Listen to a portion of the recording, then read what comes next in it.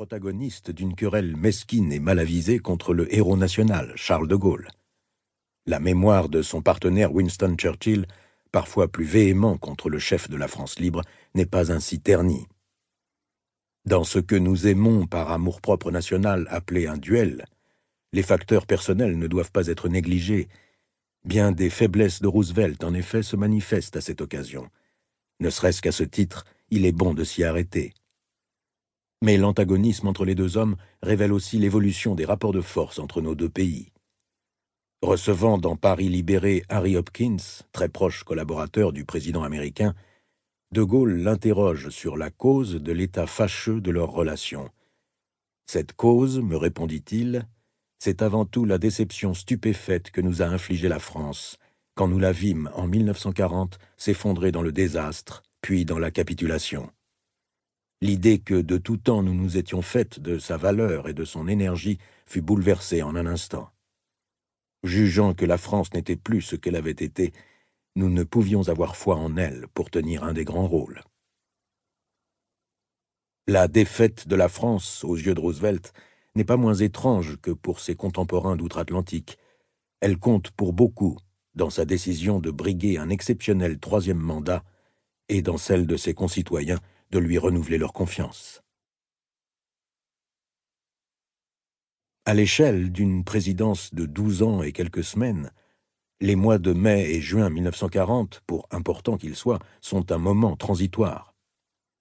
Bien que la guerre ne commence pour les États-Unis qu'en décembre de l'année suivante, il y a déjà longtemps que Roosevelt suit de près les événements d'Europe et d'Asie. Les tensions internationales qu'il paraît encore possible de maîtriser pendant les années 1920 ont leur origine dans les déséquilibres de l'après-Première Guerre mondiale. Il en va de même pour la crise économique. Le fracas du krach d'octobre 1929 sonne encore à nos oreilles, mais les premiers signes du ralentissement de l'activité industrielle le précèdent. L'équilibre monétaire, restauré au prix d'énormes sacrifices, est bien précaire. La crise agricole est là depuis près de 10 ans.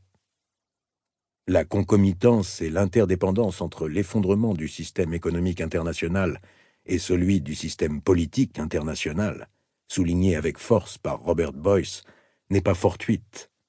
Les contemporains sont immergés dans une dynamique qui noue l'économie et la politique en un diabolique écheveau qu'il est bien difficile pour l'historien de démêler. À ce constat plaintif, le lecteur impatient pourrait objecter qu'après tout c'est son métier, dont acte. Historien et lecteur de 2012, quelles que soient nos occupations professionnelles, nous avons fort à faire pour démêler l'écheveau du présent. Ce n'est pas un luxe désintéressé, c'est une nécessité vitale. Tous les moyens sont bons. Pourquoi pas l'histoire?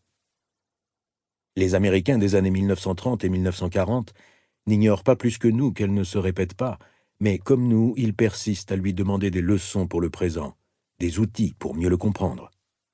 Or, il faut aussi s'en méfier. Elle ressemble parfois au lit de Procuste, trop grand ou trop petit, c'est selon. En lisant le krach de 1929, à la lumière de celui de 1873, il tarde à mesurer l'exceptionnalité de la Grande Dépression et des remèdes qu'elle appelle. Comparer les crimes nazis à ceux de l'armée de Guillaume II, dont ils savent qu'ils ont été amplifiés par la propagande alliée, est l'un des motifs pour lesquels ils ne voient pas la Shoah, en dépit des informations concordantes qui leur parviennent d'Europe. À quel moment comprennent-ils que la crise est d'une autre nature que celle plus courte de la fin du siècle précédent? Quand renoncent-ils à espérer la paix? Pour Roosevelt, ce ne sont pas des spéculations abstraites.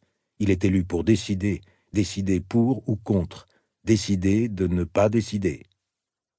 C'est cette séquence d'interrogations et de décisions que ce livre se propose de restituer. Ce projet inspire quelques choix, quelques partis pris, en petit nombre et guerre révolutionnaire. On n'aborde pas l'exercice biographique sans respect pour le classicisme.